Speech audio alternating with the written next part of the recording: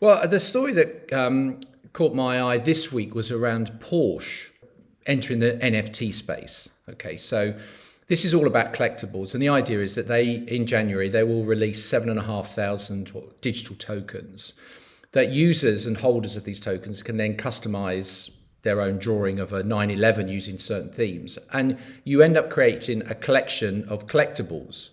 So, in the old days, Porsche might have released a series of model cars, metal toy cars that, yeah, and one might display them on one's mantelpiece, right? Or trade them, and as kids, I used to grow up, we used to have, what's it called? Trump cards, where and of course now you have the football playing cards and stuff. So there are people that are very interested in collectibles. Well, the whole thing with NFTs is that they are a digital representation of the thing that people are collecting. And by having a limited number, you create scarcity. And by creating some more valuable than the others, then you create status. And then you create a whole marketplace around them. And it's just a modern way of creating things that big brands have done for decades. But of course, the neat thing about using NFTs as a digital token is that not only is the whole kind of provenance of the ownership tracked on using blockchain, but it means that in the future, Porsche can roll out benefits to the people that own them. Whereas in the old way, once they'd sold the car, there's no tracking or tracing. Nobody knows who's got what. Whereas, of course, with the NFT world, that ownership will be maintained. And so what you'd get is maybe in 12 months' time, Porsche could invite the 7,500 holders of the NFTs to an exclusive event, which of course then in itself creates value, because if you haven't got an NFT, you can't go. And if you're big into Porsche, then you might want to go into whatever event they've put on.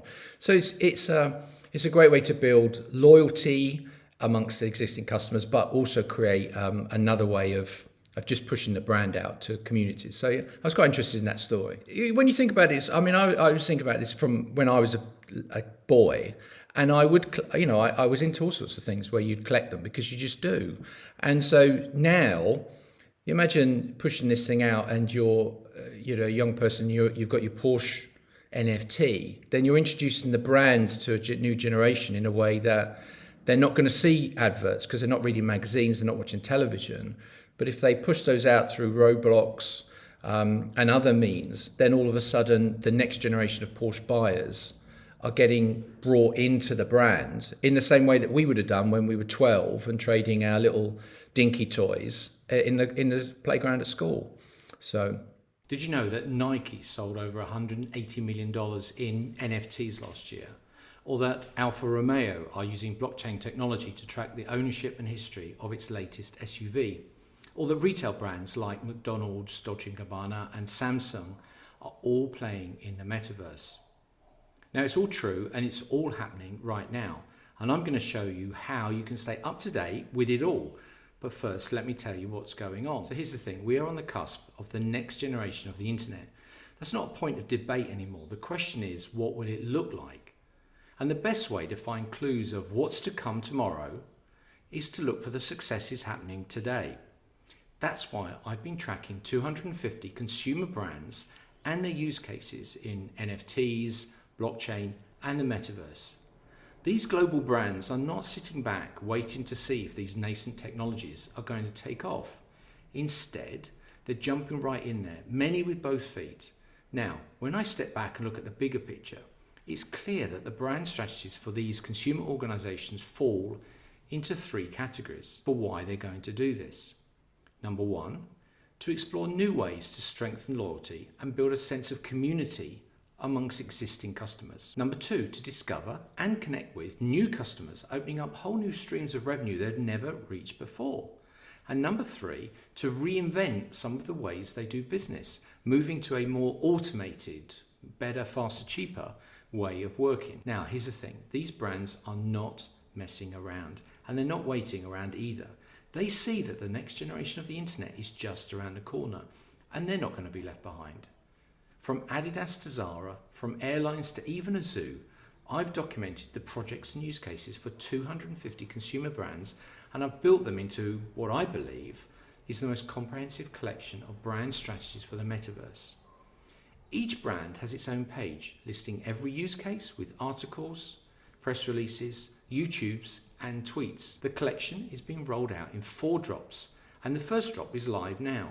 It has 65 brands listed alphabetically from A to G, plus you will find the NFT projects for 30 celebrities from Paris Hilton to David Bowie to Jim Carrey. And I've also listed the use cases of 14 destinations from around the world that are using blockchain technology, from places like Las Vegas to Shanghai, from Antwerp to the Vatican.